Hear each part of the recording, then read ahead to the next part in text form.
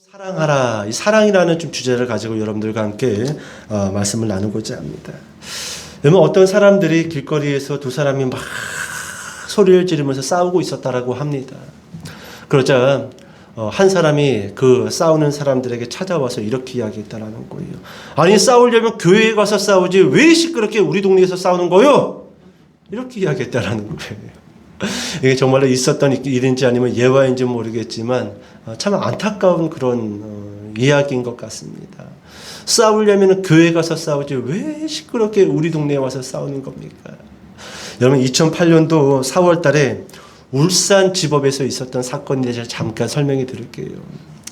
여러분, 울산에 있는 모 교회에서 성도들이 두 패로 나뉘어졌습니다. 그리고 막 소리를 지르고 싸우다가 결국은 서로를 폭행하기 시작했단 말이에요. 그리고 서로를 고소했어요. 자, 그렇게 두 패로 나뉘어진 성도들, 특별히 앞장서서 폭행을 저질렀던 성도들이 울산 법원에 재판을 받기 위하여 출두했습니다. 자, 그 재판을 담당했던 판사가 김은구라는 판사였는데, 그날 김은구 판사는 그 교회 성도들의 폭행 사건을 재판하기 위해서 법원으로 들어오면서 한 손에는 재판 기록을, 그리고 다른 한 손에는 성경책 한 권을 들고 그렇게 법원에 들어옵니다. 많은 사람들이 의아하게 생각했어요. 보통 재판 기록만을 가지고 들어오는데 한 손에는 큰 성경책을 딱 끼고 같이 들어오는 겁니다. 그리고 나서 여러분, 이 김은구 판사가 이야기를 하는데, 여러분, 이 김은구 판사는 독실한 기독교인이었단 말이에요. 기독교인. 그리고 교회가 싸워서 법원 앞에 서서 재판을 받는다는 것에 대해서 너무 화가 나고 수치스럽게 느꼈던 거예요. 그래서 이 김은구 판사가요, 한 성도, 폭행했던 한 성도를 일으켜 세운 다음에 성경책을 전해주고 나서 고린도전서 6장을 소리내어 읽도록 시킵니다. 우리가 한번 찾아볼까요? 어떤 말씀을 이 김은구 판사가 성도에게 읽으라고 했는지. 고린도전서 6장 1절부터 8절까지만 한번 우리 읽어볼게요.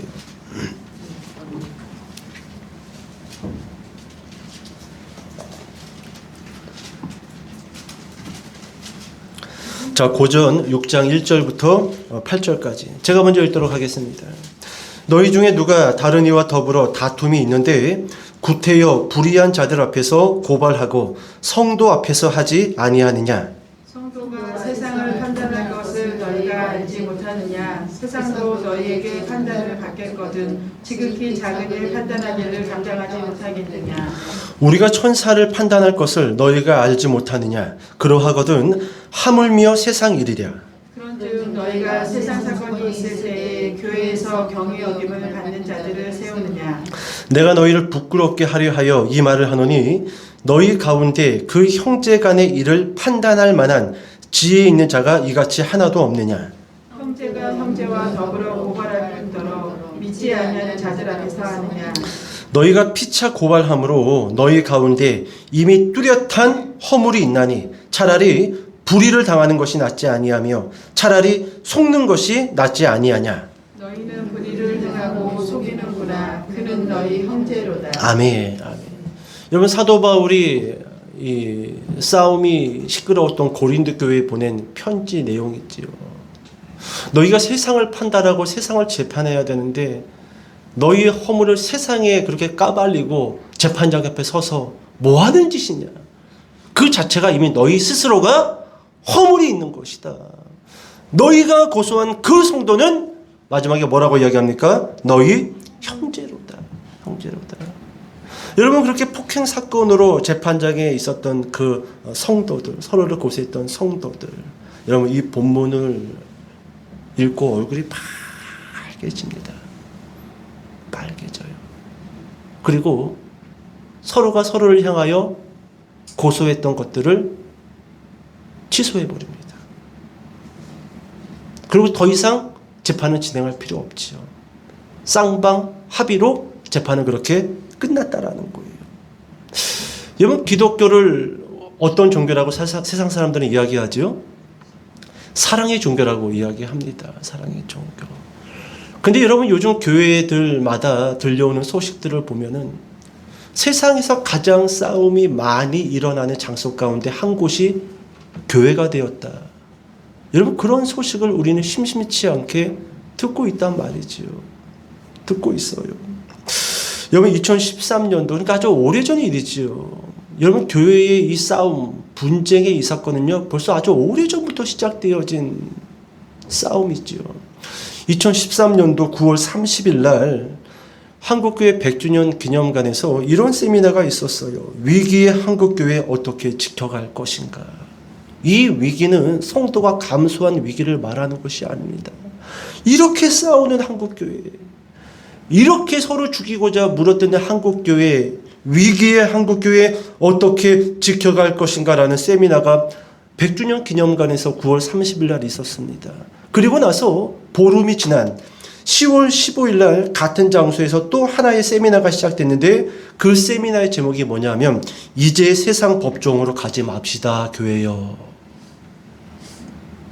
여러분 하고 많은 세미나 가운데 세상 법정으로 가지 맙시다 교회여. 여러분 이런 세미나를 2013년부터 했다라는 거예요. 분쟁하고 싸우고 서로 물어뜯는 한국교회, 이 위기의 한국교회 어떻게 지켜갈 것인가. 우리 세미나를 열어야 되는 것 아닙니까? 여러분 왜 이런 세미나가 열린 것일까요? 다른 이유가 아니죠. 한국교회가 지금 사랑의 장소가 아니라 어떤 장소가 되었다는 겁니까? 싸움의 장소, 분열의 장소, 시기하는 장소, 서로 물어뜯는 장소가 되었다라는 거예요. 교회 분쟁을 전문으로 담당하고 계신 변호사님이 계세요. 오세창 변호사님이라고. 이분이 이런 이야기를 하십니다. 지금 그러니까 한국 교회의 순위가 있잖아요. 그 사이즈 순위로. 근데 그 사이즈 순위 안에 들어와 있는 거의 대부분의 대형 교회들은 법정 분쟁에 있다라는 겁니다. 이분은 교회 분쟁 전문 담당 변호사예요. 그러니까 1위부터 10위, 1위부터 50위까지 대형 교회들은 다 법정 분쟁으로 싸우고 있고, 그거 말고 큰 대형 교회를 제외하고 지금 법정 싸움을 하고 있는 교회들이 1000여 개의 교회가 넘는다라는 거예요. 드러난 교회가 이 정도예요. 드러난 교회. 그러면 지금 여러분 얼마나 많은 교회가 그 안에서 내분이 일어나고 분열하고 서로를 욕하고 시기하고 싸우고 있냐라는 거예요. 그런 의미에서 우리 교회는 좋은 교회지요? 안 싸우잖아요. 뭐 싸울 것도 없고 내세울 것도 없고 시기할 것도 있어요, 없어요? 없잖아요. 여러분 없잖아요. 여러분 무엇이 문제일까요? 한국 교회가. 그리고 어디서부터 한국 교회는 잘못된 것일까요?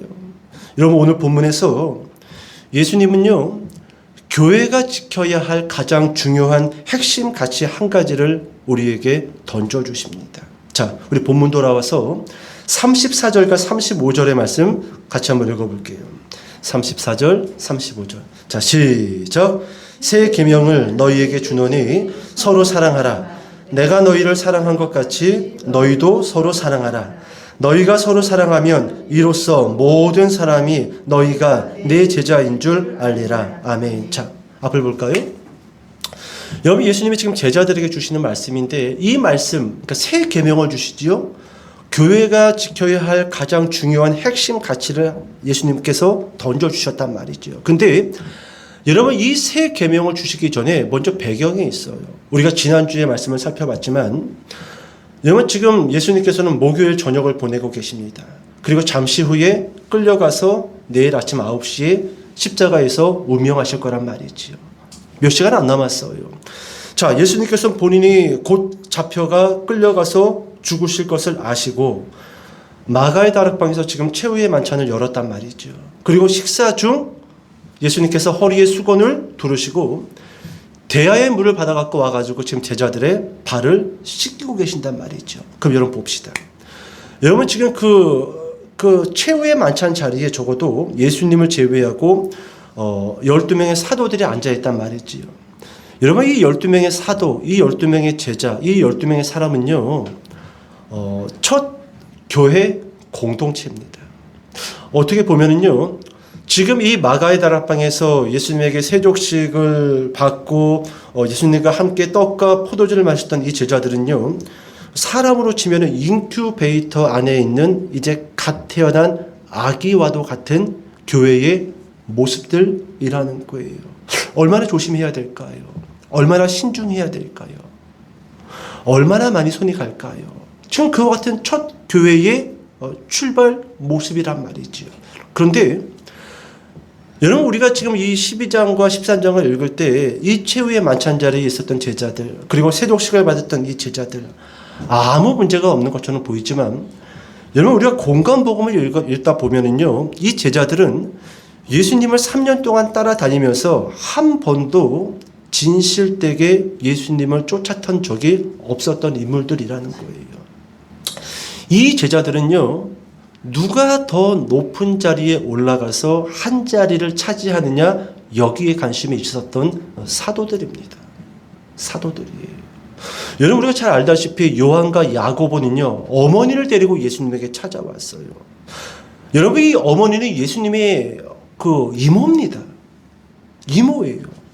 그러니까 야고보와 요한은 예수님과 사촌이지요. 그러니까 엄마의 그 힘을 빌려서 청탁했던 거예요.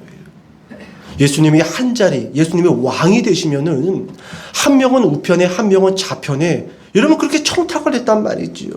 그 모습을 보고 나머지 제자들이 얼마나 막 이 화를 냈는지 성경에 고스란히 기록되어져 있단 말이지요. 지금 최후의 만찬, 제자들은요, 예수님의 생각과는 달랐어요.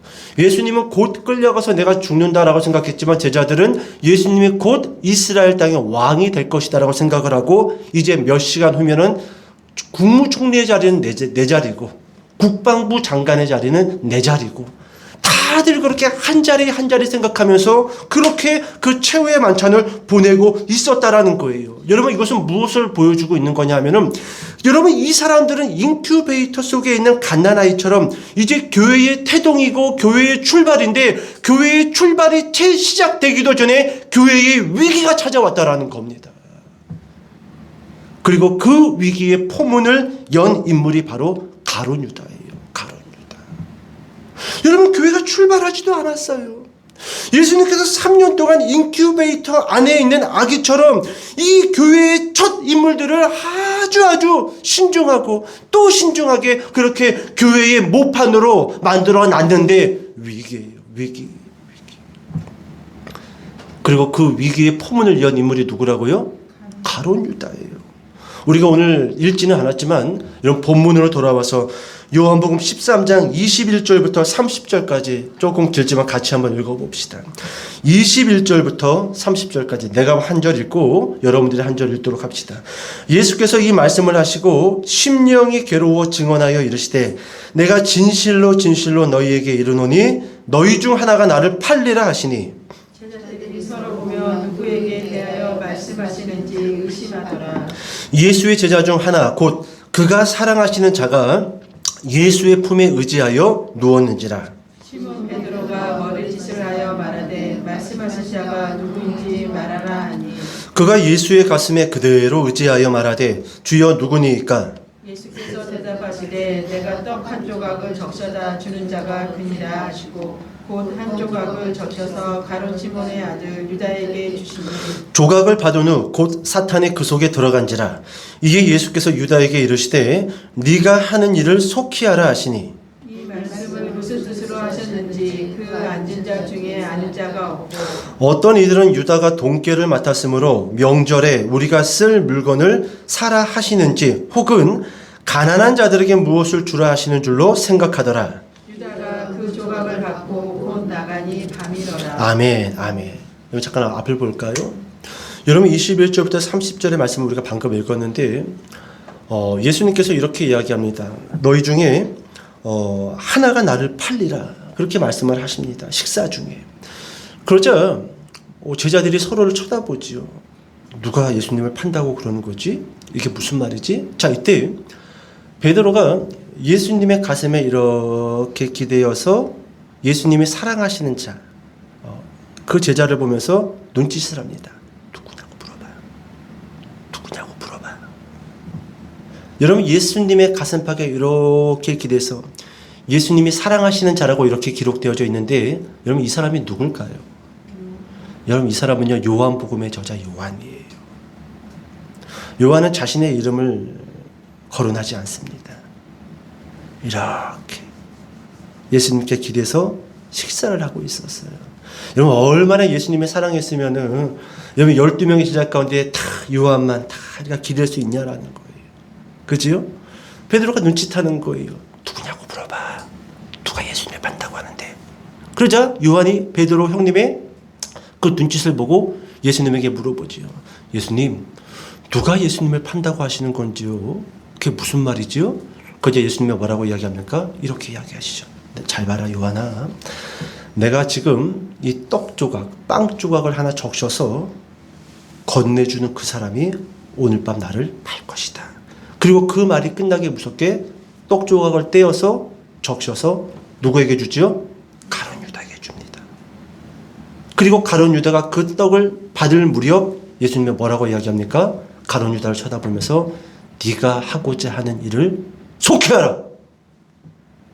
아마 이 말을 들었을 때 가룟 유다가 깜짝 놀랐을 겁니다. 이미 벌써 다 알고 계신 거예요. 이미 벌써 다 알고 있는 겁니다. 자, 그리고 나서 가룟 유다는 자리를 벌떡 일어나서 문을 박차고 밖으로 나가지요. 그 모습을 나머지 제자들이 보고 가룟 유다 어디 가지?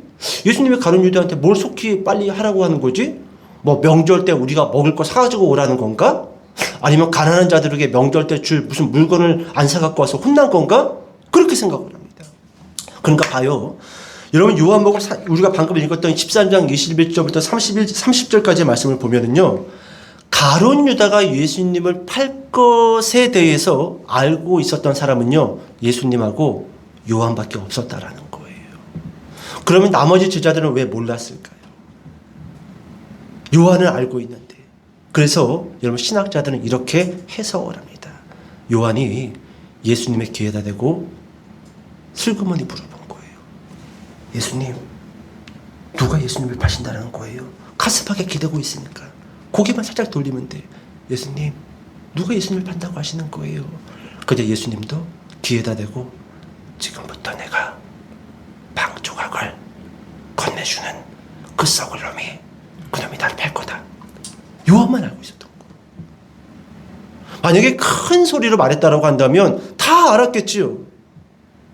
네가 하고자 하는 일을 속히 하라. 빵 조각을 건네주잖아요. 근데 아무도 몰라요. 그럼 여러분 가룟 유다는 왜 예수님을 배반했을까요? 여러분 가룟 유다는 왜 예수님을 배신했을까요? 여기에 대해서 학자들은 여러 가지 말들이 있습니다. 여러 가지. 근데 저는 오늘 설교를 준비하면서 좀 이렇게 정리해 봤어요. 유다의 사랑은 예수님의 사랑과 달랐습니다. 그래서 예수님을 배반했던 거예요. 유다가 사랑했던 것과 예수님이 말씀하시는 그 사랑이 달랐던 거예요. 여러분 요한복음 12장 6절에 보면은요. 가룟 유다에 대해서 이렇게 정의하고 있습니다. 그는 도둑이라 돈꾀를 맡았다. 그는 그 돈꾀에 있는 돈을 훔쳤다. 이게 여러분 요한복음의 저자 요한이 가룟 유다에 대해서 정의했어요. 그는 누구라? 도둑이라. 도둑이라. 여러분 저는 오늘 먼저 좀 이렇게 좀 말씀드려 볼까요? 한번 따라해 보세요. 사랑은 개인적이고 주관적이며 이기적이다. 그렇습니다. 이게 우리의 사랑이에요. 여러분 지금 한참 월드컵 때문에 온 지구촌이 들썩들썩합니다. 여러분 한국 이번에 아쉽게 패해가지고 지금 많은 국민들이 막 화가 나 있는데 여러분 처음 체코전 할 때 우리가 2대1로 역전승했잖아요. 그때 여러분 우리가 축구를 했던 그 나라가 멕시코였어요.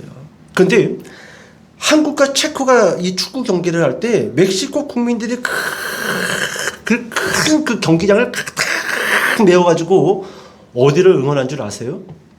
한국을 응원해 줬습니다. 멕시코 사람들이. 그래서 여러분 이 한국 선수들은요 꼭 한국에서 이 경기를 하는 것 같은 그런 마음을 받았다라는 거예요. 그러면 왜 멕시코 사람들이 체코를 응원해 주지 아니하고 한국을 응원했을까요? 그것은 지난번 월드컵 때 그 이유가 있어요. 한국이 독일을 잡아줌으로 인해서 멕시코가 16강으로 올라갈 수 있었단 말이죠. 그때부터 멕시코 사람들에게 한국은 형제의 나라가 돼버렸단 말이에요. 그러니까 우리가 지난 월드컵 때 우리가 한국 팀한테 받은 게 있으니까 우리가 열심히 응원해서 한국 팀에게 지난번에 받은 그 은혜를 우리가 좀 보상해 줘야 된다. 그래서 막 멕시코 사람들이 한국 이겨라, 한국 이겨라, 한국 이겨라 막 그랬던 거예요. 모르겠어요. 그 힘을 받아가지고 2대1로 역전승을 했는지 모르겠습니다. 근데 여러분 두 번째 경기는 한국과 어떤 나라가 경기였죠? 한국과 멕시코.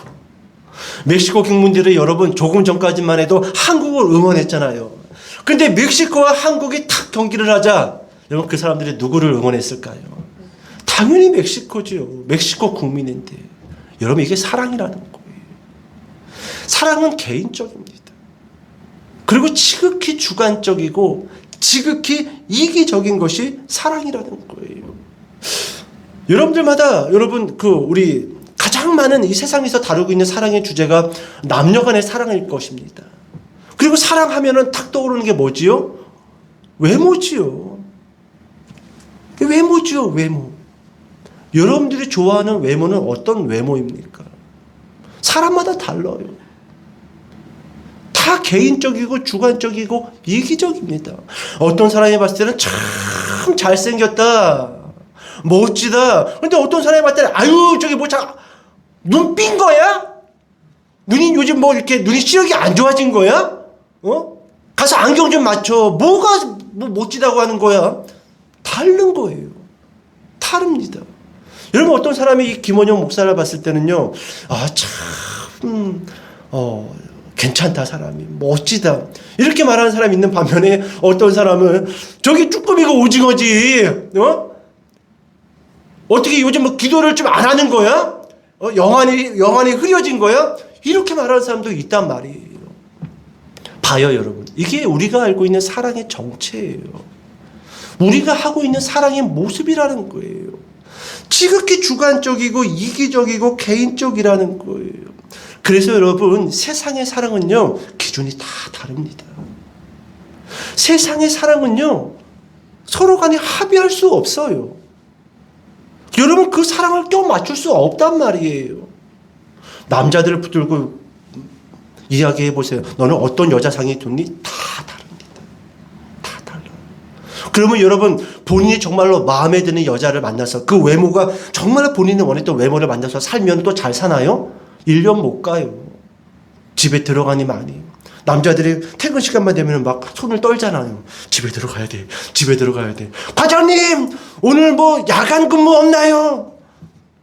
제가 먼저 야간 근무 하겠습니다. 왜 그럴까요 여러분? 여러분 사랑의 기준이 다르다라는 거예요. 개인적이고 주관적이고 이기적이라는 거예요. 여러분 우리가 누가복음 9장에 가서 보게 되면은요. 예수님과 제자들이 사마리아를 지나갑니다. 근데 사마리아 사람들이 예수님의 그 일행을 환대해 주지 않죠. 그러자 오늘 이 요한복음에 저자였던 요한이 예수님에게 뭐라고 이야기하지요? 하늘에서 불을 내려서 저 사마리아 사람들을 다 죽여버립시다. 이게 얼마나 끔찍하고 무서운 말입니까? 근데 여러분 이게 사도 요한의 사랑의 모습이었던 거예요. 사도 요한을 그 안에 있었던 감정을 터치하기까지는, 그 감정을 건들기까지는 사랑합니다, 응원합니다, 존경합니다, 감사합니다 그랬죠. 근데 대접하지 않았다고, 환대하지 않았다고 불쑥 뭐라고 이야기하는 거예요? 하늘에서 불을 내려서 저 사람들 다 죽여버립시다. 사도 요한조차도 지극히 주관적인 사랑을, 이기적인 사랑을 하고 있었던 인물이라는 것이지요. 여러분 누가복음 10장으로 넘어오면요, 선한 사마리아인 비유가 기록되어져 있어요. 예수님이 말씀하시지요. 한 사람이 길을 가다가 강도를 만나서 거진 죽게 됐단 말이죠. 그런데 조금 있다가 제사장이 그 길을 지나가다가 강도 만난 사람을 봅니다. 도와줍니까? 안 도와줘요. 그냥 지나갑니다. 잠시 후에 레위인이 그 길을 지나가다가 강도 만난 사람을 봅니다. 도와줍니까? 안 도와줘요. 이게 사랑이라는 거예요. 여러분 이 제사장들과 레위인들 종교인들 아닙니까? 본인들 성전에 가서 예배 인도하면서 성도들에게 사랑합니다. 우리 서로 간에 같이 인사합시다. 성도님 사랑합니다. 얼마나 여러분 그렇게 이야기했겠냐라는 거예요. 하나님 사랑, 이웃 사랑, 막 현수막도 걸어가지고 사랑합니다. 하나님도 사랑하고 이웃도 사랑해야 됩니다. 그렇게 설교도 했을 거란 말이지요. 근데 정작 강도 만나서 죽은 사람을 보자 도와줘요? 안 도와주지요. 피해서 가지요. 여러분 이게 사랑이라는 거예요. 편협된 사랑. 편협된 사랑. 여러분 이처럼 사람들은 모두 그 사랑의 기준이 다르다라는 것이지요. 자, 그렇다면 여러분 우리가 어떻게 서로 사랑할 수 있냐라는 거예요. 오늘 예수님은 싸우고 있는 이 교회에 누가 더 높은 자리에 올라갈 것인가 그것만 생각하고 있는 제자들에게 새 계명을 던져줬어요. 서로 사랑하라. 근데 여러분 서로 사랑의 기준이 다른데 어떻게 사랑하냐라는 거예요. 여러분 저는 한 번씩 여러분들 데리고 식당 갈 때마다 고민입니다. 그래도 메뉴가 조금은 한 두세 가지에서 멈춰야 될 텐데 10명이 와서 10가지 메뉴 시키면 사장님한테 미안한데 다 다른 거예요. 내일 또 지방에 모임이 있어요. 식사를 마치고 목사님들 한 10대분하고 사모님들하고 하면 얼추 한 20명 가까이 됩니다. 이분들하고 식사하고 그리고 커피를 마시러 가면은요, 보통 저희 사모하고 막내니까 주문을 받습니다. 한 20분 정도 주문을 받으면요, 기가 막힙니다. 20개의 메뉴가 나와요. 그래서 조금 우리 목사님들, 남자들은 좀 불편하고 좀 그런 거 귀찮은 거 싫어하잖아요. 요즘은 얼추 3가지에서 멈춥니다. 보통 커피인데 뜨거운 거, 차가운 거. 그리고 커피 싫어하시는 분 한두 분 정도가 무슨 이렇게 딸기 주스라든지, 키위 주스라든지, 그 정도. 근데 우리 사모님들은 얼마나 그 이기적인 사랑이 뜨거운지 좀 눈치가 있어야 되는데 여전히 10명이면 10가지의 메뉴가 나와야 돼요. 주문도 오래 걸려요. 잠깐, 이 설교 또 우리 지방의 목사님들이 보면 안 되는데. 이 부분 내가 편집해가지고 집어넣어야지. 봐요, 여러분. 이처럼 다 다르다라는 거예요. 좋아하는 게 다르고, 기호식품이 다르고, 사랑하는 게 다르다라는 것이죠. 이런 12명의 제자들을 예수님께서 앞에 두고, 한 명은 나갔지요. 여러 명의 제자들을 앞에다 두고, 뭐라고 얘기합니까? 서로 사랑하라. 어떻게 사랑할 수 있냐라는 거예요. 어떻게 여러분 그 기준이 다른 사랑을 맞출 수 있냐라는 거예요. 맞출 수 있냐라는 거예요. 여러분 그래서 예수님께서 13장 34절에서 이렇게 말씀하십니다. 우리 34절 같이 한번 읽어볼게요. 시작. 새 계명을 너희에게 주노니 서로 사랑하라. 내가 너희를 사랑한 것 같이 너희도 사랑하라. 아멘. 여러분 예수님께서는 서로 사랑하라 그렇게만 말씀하시는 것이 아니에요. 왜요? 서로 사랑이 그 기준이 다르기 때문에. 그래서 예수님은요, 서로 사랑하라 그렇게 말씀하시고 뒤에 사랑의 기준을 정해 주십니다. 너희들 사랑의 기준이 다 다른 거 알아. 개인적이고 이기적이고 주관적으로 사랑하는 거 내가 다 알아. 그래서 내가 오늘 너희에게 사랑의 기준을 정해 줄 거야. 뭐라고 말씀하시죠? 내가 너희를 어떻게 한 것 같이? 사랑한 것 같이 너희도 서로 사랑하라. 이게 여러분 모든 교회의 사랑의 출발이고 사랑의 기준입니다. 누가 우리를 사랑한 것 같이? 예수님이 나를 사랑한 것 같이. 예수님이 우리를 사랑한 것 같이 너희는 앞으로 이기적이고 주관적이고 극히 개인적인 사랑이 아니라 내가 너희를 어떻게 사랑한 건지 그것을 알고 그렇게 사랑하라라는 거예요. 여러분 오늘 본문을 보면은요, 가룟 유다만 예수님을 배반한 것이 아닙니다. 우리 38절 가서 읽어볼까요? 38절. 자, 시작. 예수께서 대답하시되 네가 나를 위하여 목숨을 버리겠느냐? 내가 진실로 진실로 네게 이르노니 닭 울기 전에 네가 3번 나를 부인하리라. 누구에게 하신 말씀이지요? 베드로에게 하신 말씀입니다. 여러분 가룟 유다만 배신했던 것이 아니에요. 13장 마지막 절 38절을 보니까 베드로에게는 네가 오늘 3번 나를 부인하리라, 배신할 것이다 라고 말씀하고 있다라는 거예요. 그러면 여러분 우리가 성경을 알잖아요. 가룟 유다하고 베드로만 예수님을 배신했습니까? 나머지 제자들은 끝까지 예수님을 사수했습니까? 아니지요. 모든 제자들이 여러분 잠시 후에 예수님을 다 배신합니다.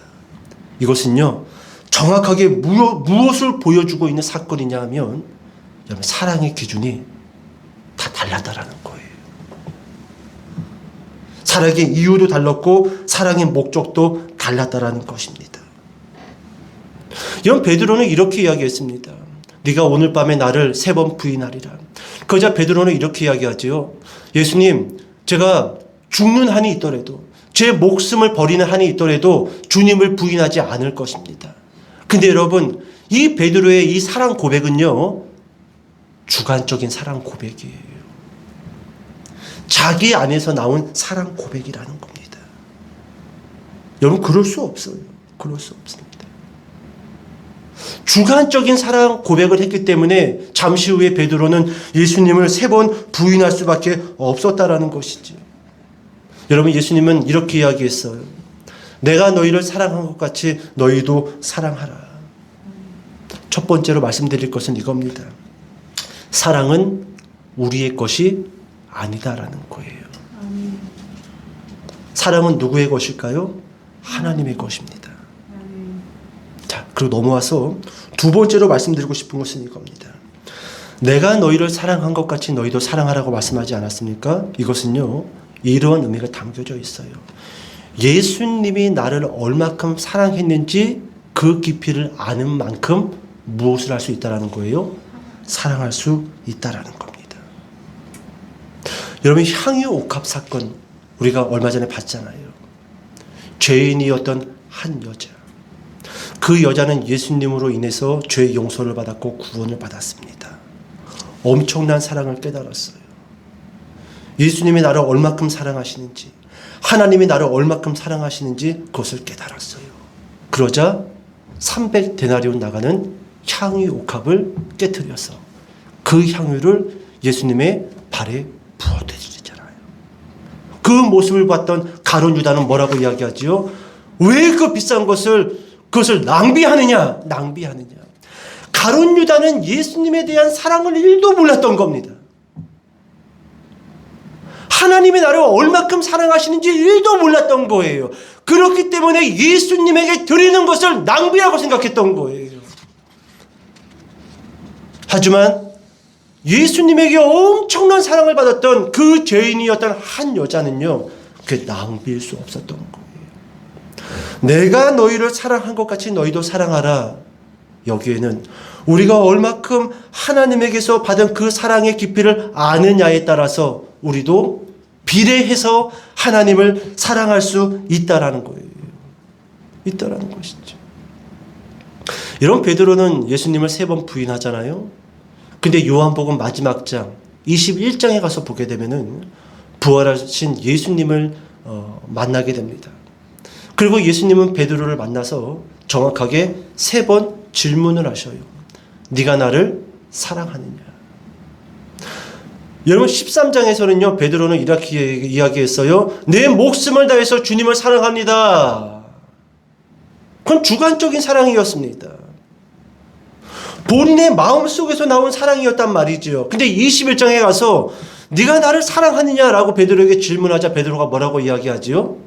목숨을 다해서 주님을 사랑합니다. 이 이야기 안 합니다. 주님이 하십니다. 그 사랑의 바톤을 누구에게 넘겨드리죠? 주님에게 넘겨드려요. 주님 아시잖아요.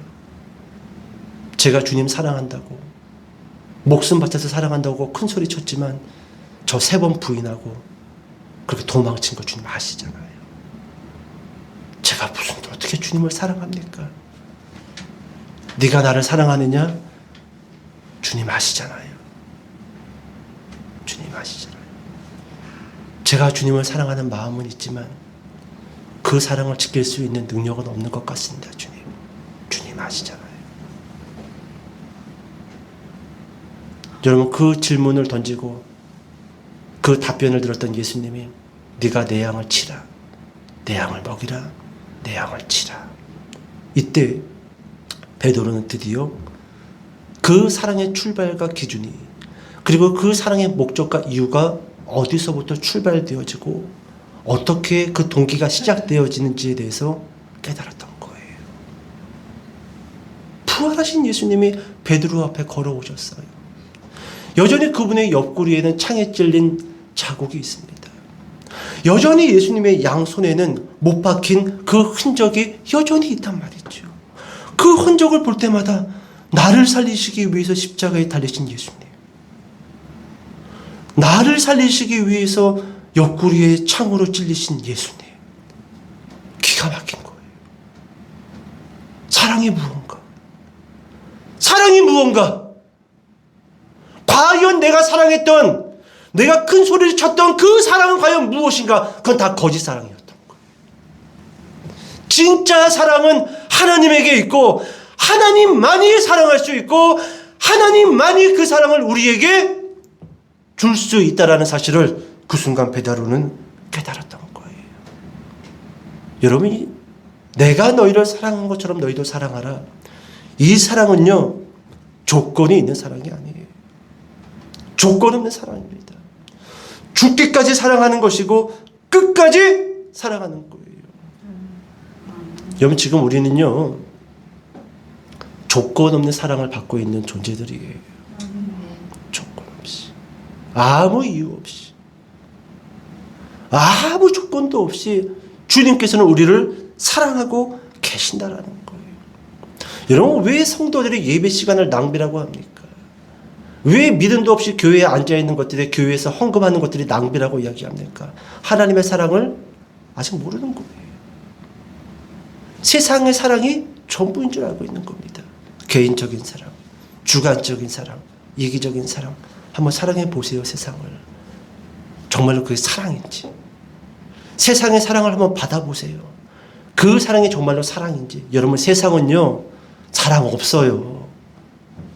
사랑은 하나님이고 하나님이 우리에게만 주실 수 있는 것이 사랑이라는 겁니다. 예수님께서 오늘 본문에서 이렇게 정리하시지요. 너희가 서로를 사랑하면 세상이 너희를 볼 때 내 제자인 줄 알게 될 것이다. 알게 될 것이다. 사랑하라는 거예요. 여러분, 아주 오래전입니다. 제가 한 교회의 학생부를 담당할 때 맨날 거짓말하고 교회 안 나오는 학생 하나가 있었어요. 여학생이었는데 중학생이었습니다. 그래서 제가 토요일 때도 집에를 찾아가고 주일 때도 집에를 찾아가고, 그러면 교회를 다니지 않는 어머니 아버지가 대문을 끔히 열고 걔 교회 간다고 갔는데 교회 안 왔어요? 그럼 고개를 끄덕이고 또 교회로 돌아갔습니다. 그러니까 얘는 항상 교회 간다고 거짓말하고 딴 데 가는 거예요. 토요일 때도 교회 간다 해놓고 다른 데로 도망가고, 주일 때도 아침 시간에 교회 간다고 해놓고 다른 데로 가는 겁니다. 근데 저는 매번 찾아갔어요. 토요일 때도 가고 주일 때도 가고 집에 있을까 싶어서. 근데 여러분, 그 모습을 보고 이 학생의 어머니와 아버지가 감동을 받은 거예요. 자기들 같았으면 포기해버렸을 텐데 내 자식인데도 꼴 보기 싫거든요. 여러분, 그러지 않겠어요? 부모한테 거짓말하고 다른 데로 가버렸잖아요. 부모의 자신들이 봤을 때도 그 딸이 꼴 보기 싫은데 어쩌면 저 김원영 전도사님은 토요일, 일요일 한 번도 빠지지 않고 애 만나보겠다고 매번 여기까지 걸어와서 초인종 누르는 그 모습에 감동을 받은 겁니다. 그리고 한 달 후, 두 달 후 이 부모님이요, 가족을 싹 다 데리고 와서 교회에 등록하셨어요. 그리고 나중에 교회 집사 직분을 받고 얼마나 교회에 열심히 순종하시고, 또 그 아버지는 또 본인이 하는 그 어떤 그 일들, 그 물품들을 교회에다가 수련회 때마다 제공해서 풍성하게 또 교인들을 먹이는. 그래서 저를 볼 때마다 그분들이 그런 이야기를 하시는 거예요. 전도사님의 그 헌신적인 그 모습, 딸인 내가 봐도 그 딸이 그 모습이 보기가 싫은데 그 딸에게 찾아오는 그 모습에 감동을 받았다는 거예요. 감동을. 여러분, 예수님께서 뭐라고 이야기하십니까? 너희가 서로를 사랑하면은 세상이 너희가 내 제자인 줄 알게 될 것이다. 그렇게 말씀해주고 계시잖아요. 이제 설교를 정리하겠습니다. 여러분, 공명조라는 새가 있어요. 공명조. 설화에 있는 이야기입니다. 이 공명조라는 새는요, 머리가 2개예요. 그리고 몸은 하나입니다. 그런데 서로 싫어하는 겁니다. 서로 어떻게 하면 저거를 못 살게 할까? 죽일까? 자, 그러다가 어느 날 한쪽 머리에게 독약을 맛있는 음식이라고 속여서 줌으로 인해서 그 머리가 죽습니다. 그런데 봐요. 몸이 하나예요, 둘이에요? 자, 상대방을 죽였어요? 그러면 나도 죽을까요, 안 죽을까요? 결국 다 죽었어요. 다 죽었습니다. 여러분, 이게 교회예요. 교회입니다. 여러분, 서로 사랑하라.